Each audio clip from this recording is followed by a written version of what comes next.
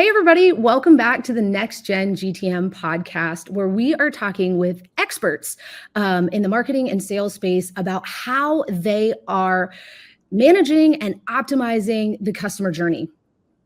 With everything that is changing, we know that people are the same, customers are still the same, but the tools are very, very different, the approaches, and we are wanting to bring that to you guys with experts in every single episode.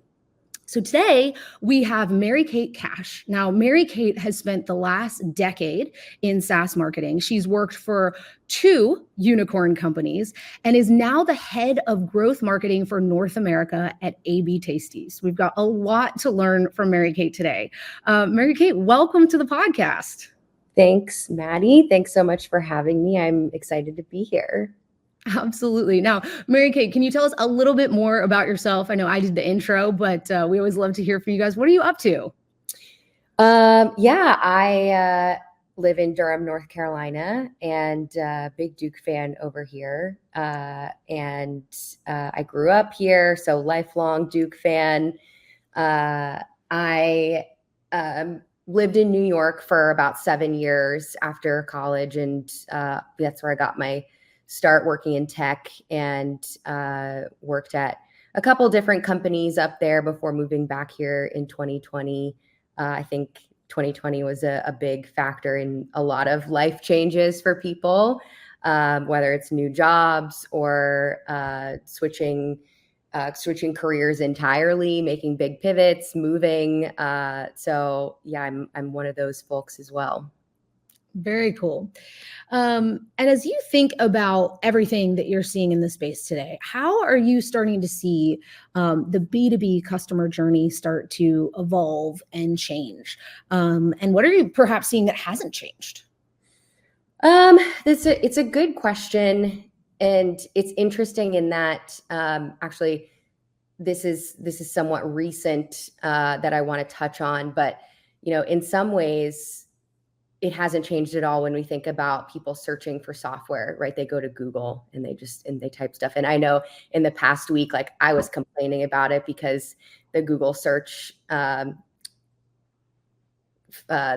experience as a user has been kind of terrible, with it bringing up weird AI recommendations and then I'm looking for links and it's giving me are pictures. And so, it's funny as these tried and true ways of people that are looking to either find software or find products, whether you're looking for, I don't know, like I'm sitting here at my kitchen table, like whether you're looking for new candlesticks or whether you're looking for a new software to use, the search experience has evolved a little bit, but people are still, like Google is number one. It is still the way that people are looking for things. I think what's been interesting for us is the way that we are engaging customers. So not necessarily people who are looking to buy. There's my dog barking. I'm so sorry. The way that we engage customers. So not necessarily people who are looking to buy, but maybe people who have already bought and trying to get them engaged on any added value, product updates, with people that are, I guess, have moved to this more virtual world. It's really hard to engage customers when their teams are dispersed. So when we think about like, oh, how can we engage X customer who is based out of Chicago? Oh, well, it turns out like their main users in Florida and these other people that we work with are in Texas. And it definitely makes it more challenging with the geographic spread of people. And I'm talking about them being like physically in person, of like ways that we can engage people, because we've tried a lot of virtual, and people, it's really dependent on what's going on in their day on that specific day. Like they might register to come to something and then something comes up at work and they're like, oh, well, that's virtual, I can blow it off. And so you become kind of like a lower priority when it's virtual. And so we've moved to try to engage more people in person, and it's difficult with the just the vastness of the United States. And I know we talked about this previously, Maddie, but you said people haven't changed. Like people like in-person conversations. They like to be met, shake hands, eye contact. They like to meet people, learn things. There is a certain element of kind of like passivity to a virtual event. And so it's kind of just, going back to basics of how do we engage people in person. And we see that even for prospects too, right? When we go to events, whether they're partner events or whether they're trade shows, people like having those in-person conversations. And in some ways you can kind of progress the conversations further than you can when you're doing them online. We were at a trade show earlier this year and somebody's like, can I see a demo? And we're like, yeah, we'll do it right here, right now. Instead of saying like, hey, when are you free next week? Like, do our calendars like align? How can we get this set up here and this set up here? And things just tend to go a little bit smoother. But, with the age that we live in, we just have to find ways to work with the fact that people are spread out instead of trying to fight it, so to speak. So hopefully that answers your question. No, I mean, I think, gosh, you brought up several great points there. So one of them, I heard you saying, hey, it's, first of all, teams are dispersed and, we have a lot going on in terms of tech stack change and all that stuff. But like, let's be clear, the impact that COVID had is not that old, right? Like and people are still very far away. I know, obviously we work in the business of scheduling people's meetings. So we see the time zone insanity, right? Of like, there may be 3 hours that those exact humans can actually meet while they're all during core working hours, right? Depending on where they're located. Or to your point, if you're trying to get something intentionally done in person, there's that much more thoughtfulness. There's that much more strategy that has to come into play to create human to human connection. But what I thought was also interesting about what you said was we haven't walked away from that need for human to human connection. In fact, things like, channels like events are now becoming, they're playing a new role in potentially marketing plans and go to market. So talk to me a little bit more about, the events that you guys go to. Like, how do you run that play? Is that a big part? Like, how do you think about those things? Because I know a lot of people are also trying to figure out, like, again, which ones, how do I know, like, what's my play? Yeah.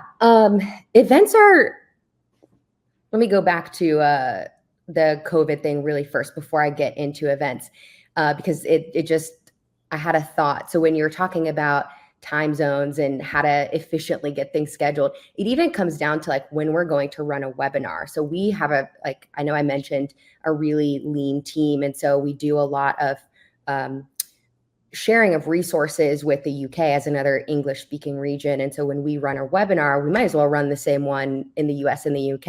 It's relevant content for all parties and it's in the right language. And so, but then it's like, when do we schedule it?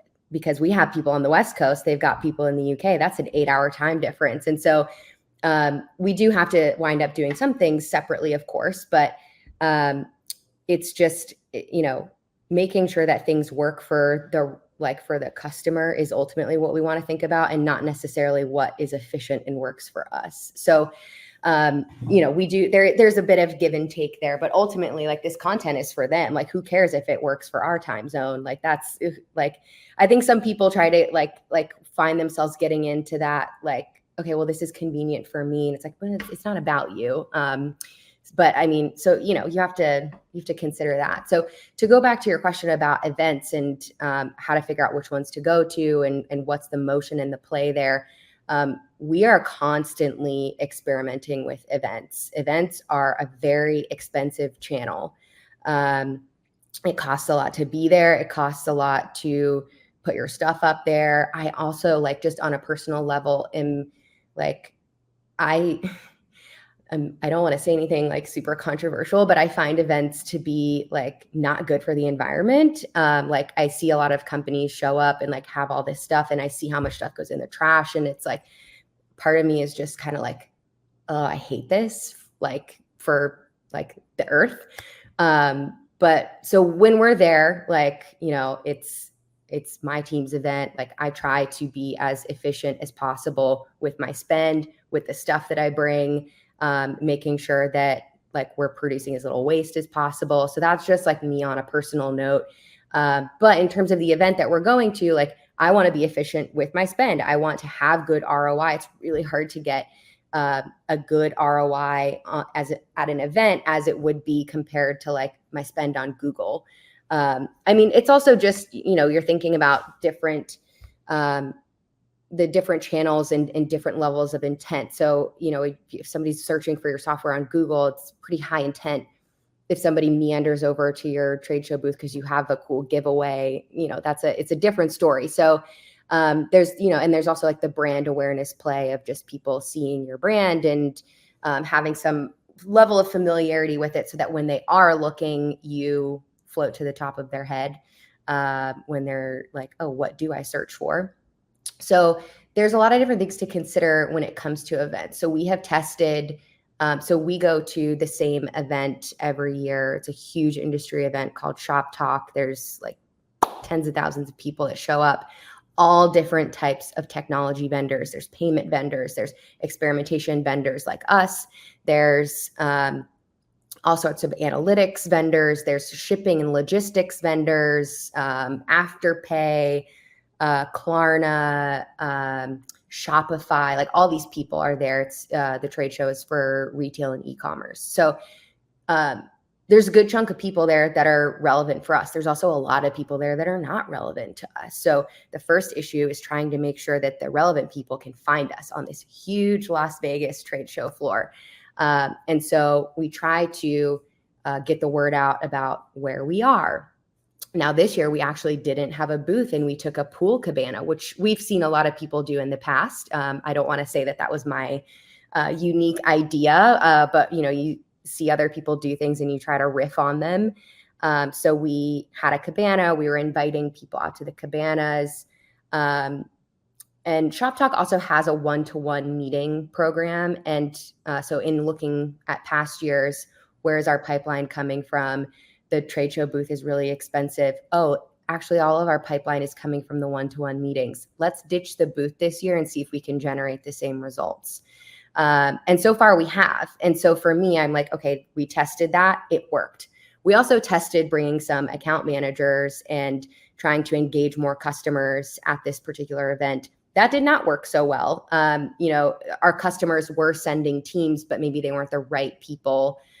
For example, they're sending their like logistics team and not necessarily their digital marketers who are the users of our tool. So it just wasn't necessarily the right place for it. But it did like for the customers that we were able to engage with, it did, confirm our belief in in-person meetings.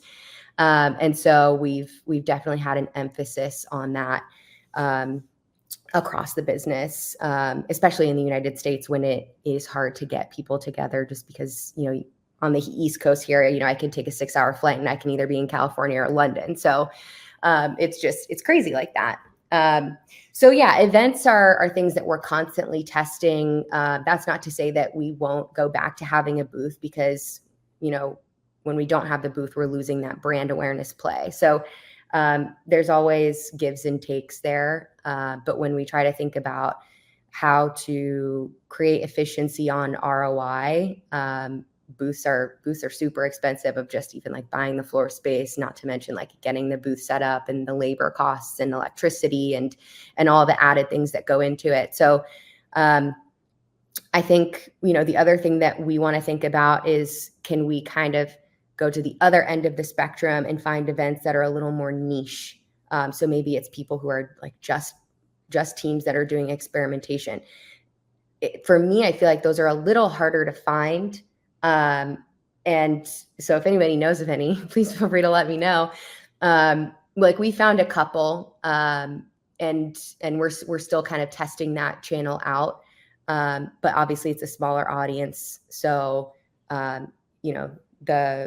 the ROI on it is like similarly, like I think it's less expensive than going to one of those big trade shows, but it's similarly difficult because you go to these smaller events, there's a smaller pool of people, you're not going to generate as much pipeline, but maybe it's more quality pipeline. So yeah. So it's interesting, right? I hear you talking. I mean, it's a lot of orchestration, right? We talk a lot to a lot of B2B folks, right? And it's about getting the meeting. But in some cases, it might be getting the meeting on the spot, because you have the person and you said, you're able to create a relationship, right? And maybe it's a pool cabana and that's what helps you connect with someone. And then, man, you can go meet with them right then and there. Or maybe, you connect with someone around the pool and you actually need to figure out from them who the next person is, in that daisy chain for you to actually go connect with next. It sounds like, having an intentional plan for that is a big part of it. Is that right? Yeah, I mean, events, you never really know what you're going to get at an event. Somebody might come up to you and say like, oh, our company's interested in this, but I'm not the right person, but let me get your information and I'll pass it on to them. And look, we have very talented account executives. I am not one of them. So I don't want to like pretend like I know how the whole gamut is run here. But, from my perspective as a marketer, ideally we, are like sending the intro email right there on the spot. Like, hey, I'm standing with your colleague who, call him Joe. Hey, I'm standing here with Joe. He told me that you were interested in experimentation. He gave me your email. Let's set something up. Better yet, if the person is there, I'm like, hey, let's go find that person together and like bring them over here to chat more. I think immediacy is a big part of it. And you have to capitalize on their interest right then and there, because as an attendee, and it's funny, as I have started working on more trade shows on the like marketing side, I have attended fewer of them as like an actual attendee. But when I think back to when I did go to events as an attendee, you're talking to all these people, you're excited, you're having these cool conversations, and then you leave and you're like, oh, I'm back in the real world. I have so much to do. And I told all these people like follow up with me. And now I've got these like 5 to 8 people who are emailing me saying, let's set something up. And I'm like, I still have to do my job. And you just get a little overwhelmed. And so if you can capitalize on the immediacy and being there like in person on the spot, that's the best case scenario. But, like I said, people aren't always there. And like, if somebody goes to something, they're like, oh, hey, I'm actually in the market for like work management tools. Can you keep an eye out on who's there and like grab some one pagers or something, or some cards, and just like let me know what you think. And that happens a lot. Or we get into these one-to-one meetings and it's the right kind of brand, it's the right company, and we think they have the right title. And so we have the meeting and they're like, oh, that's actually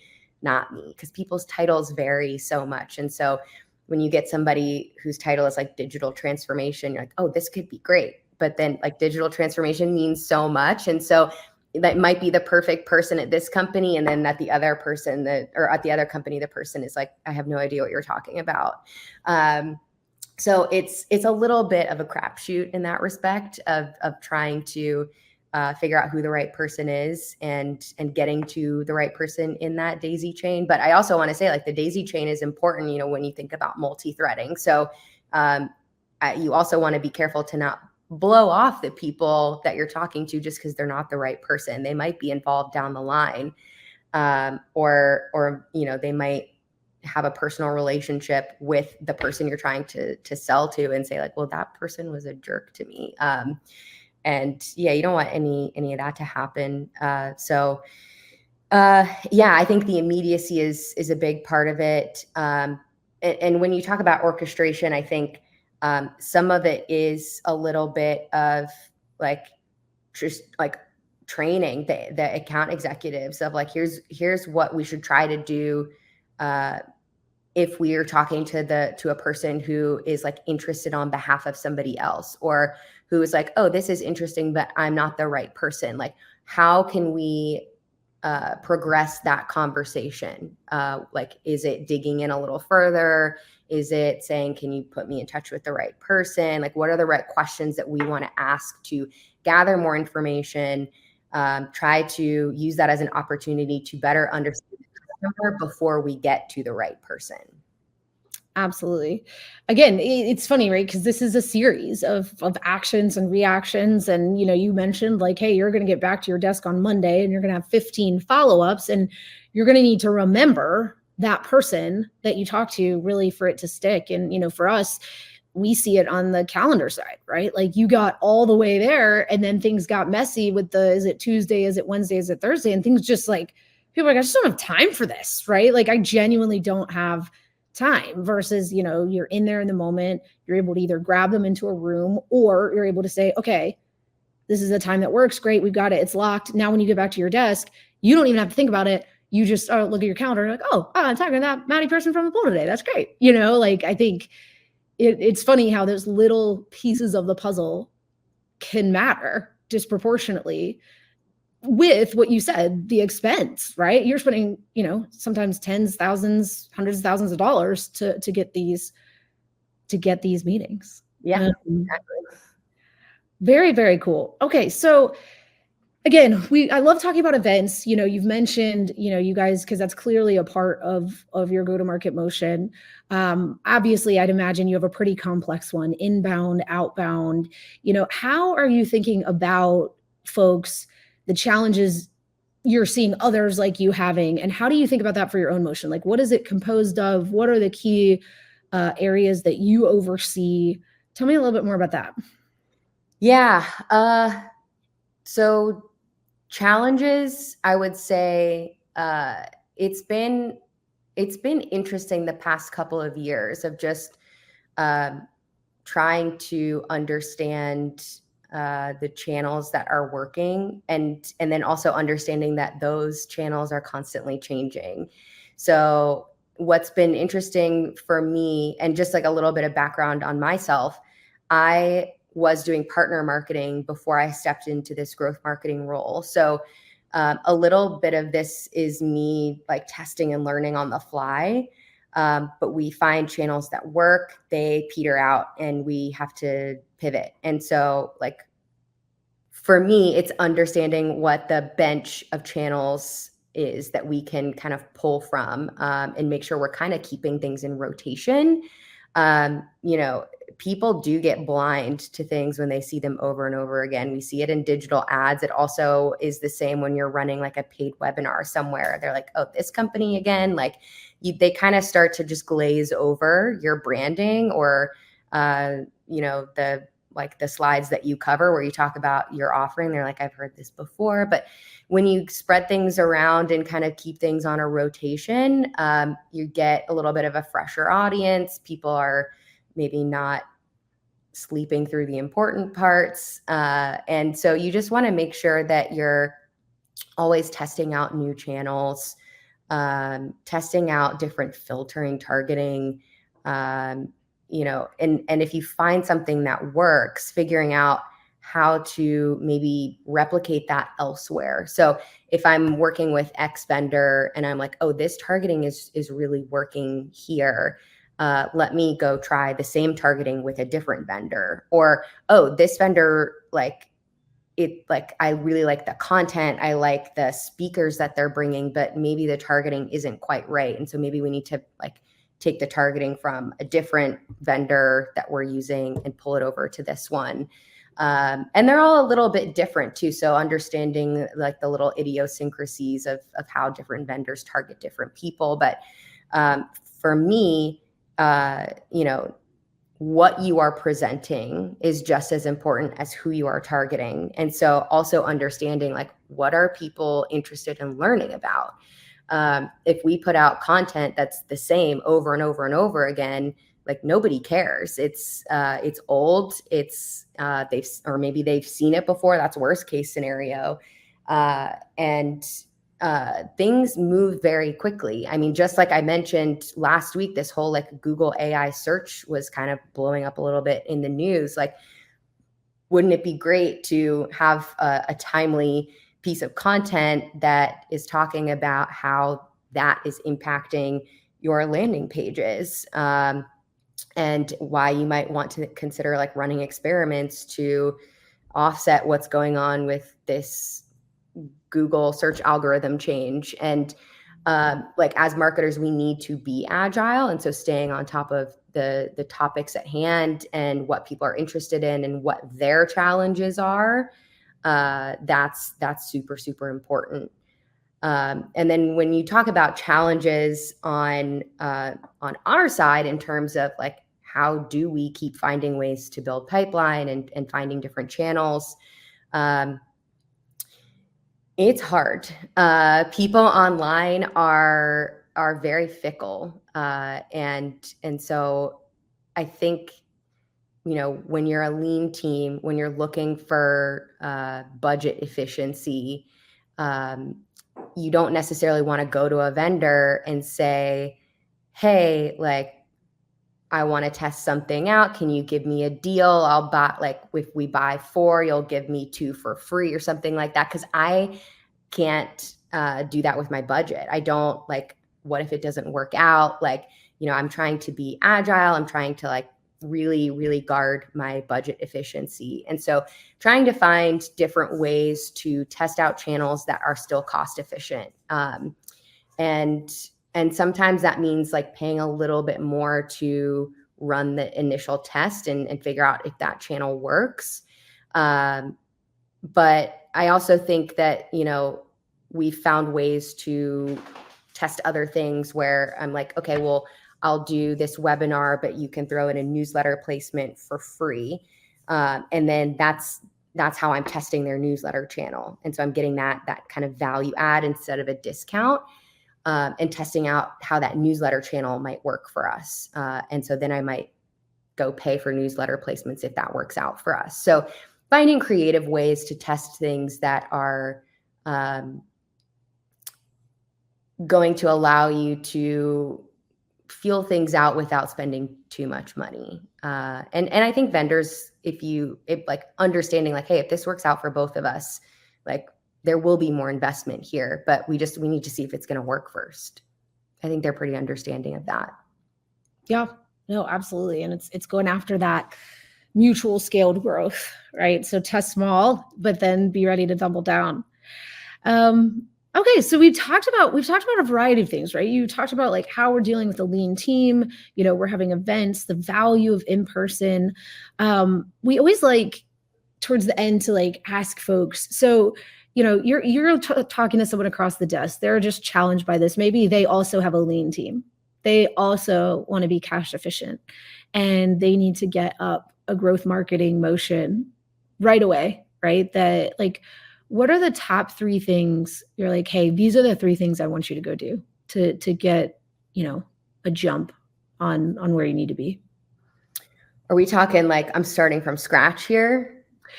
You just walked in as the new head of growth marketing, maybe at a new company. So, kind of a similar role like yours, but you're trying to figure out, like, where do I focus and double down? Okay. So if I'm coming in fresh and want to pick the top 3 areas, nobody beats Google. It's hard. It's hard to get around the Google machine. So,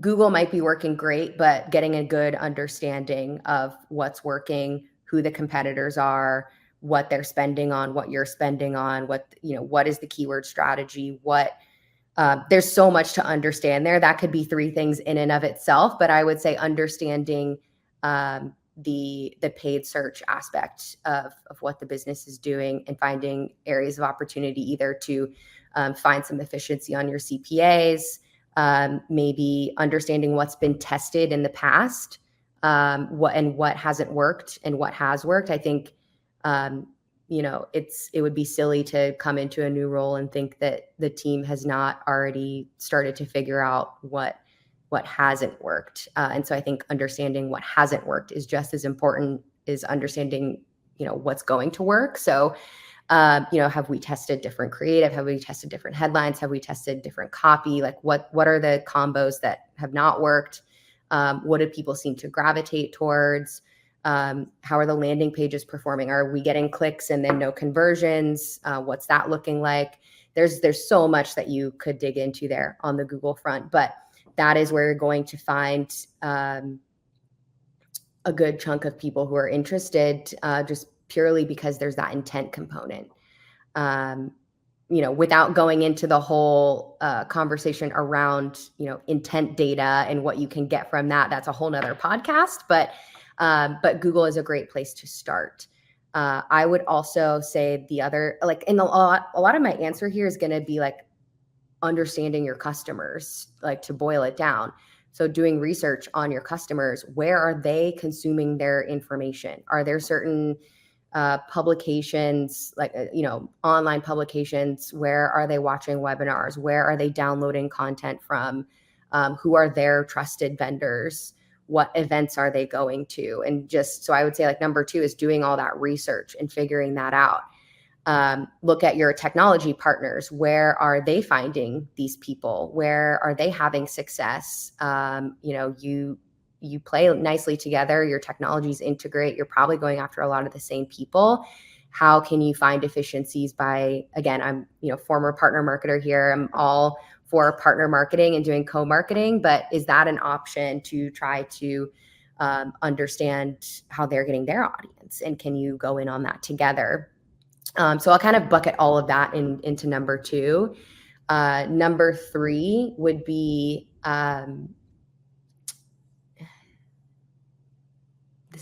this is a tough one. Go into the intent one. Let's leave us with a number 3 on intent. It feels like you have some thoughts there. There's a lot of talk in space. What are you thinking?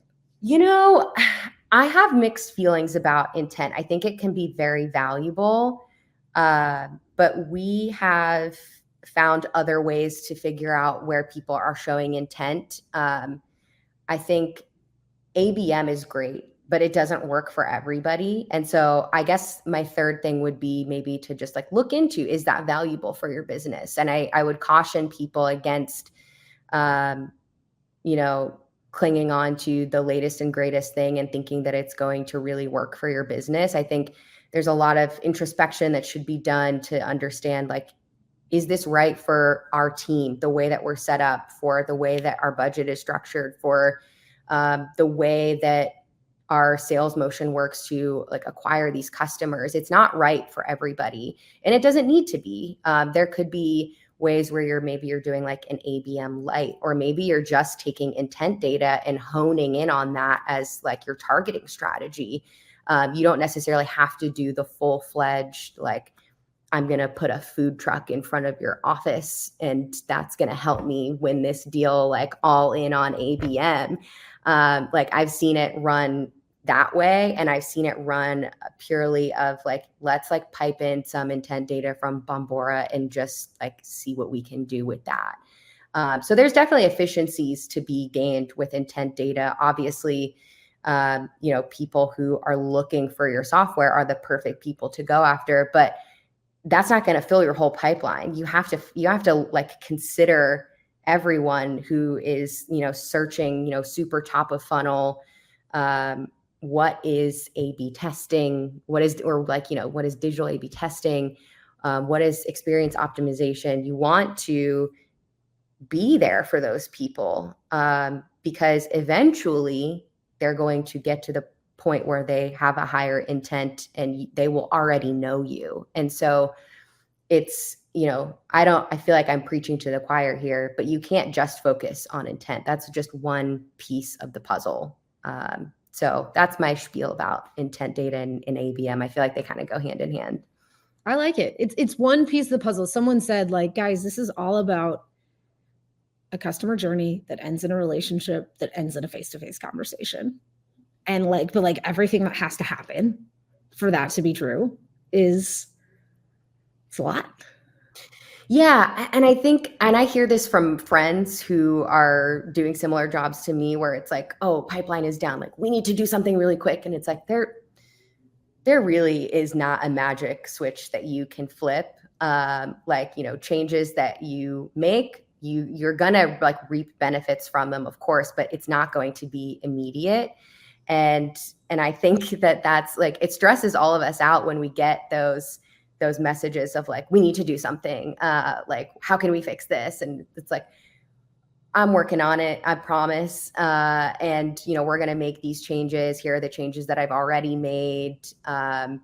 It's tough when those situations happen. Everybody has a little bit of a knee jerk of like, what can we do to fix this? Are there things we can do to fix this? And there might be a couple of little things that you can do, but running a new newsletter placement is not going to turn your pipeline around in the next week. And because that's, again, just one piece of the puzzle. And so trying to consider what are the changes that you can make to get that puzzle to a more complete place, more complete picture is really the best way to help. Very cool. Well, Mary Kate, thank you so much for joining us today. We'll have to see, we'll ask some folks about the intent stuff. Who knows, maybe we'll do this again and learn a little bit more. It's been awesome talking to you. Thank you so much for joining us. Thanks for having me. This has been great.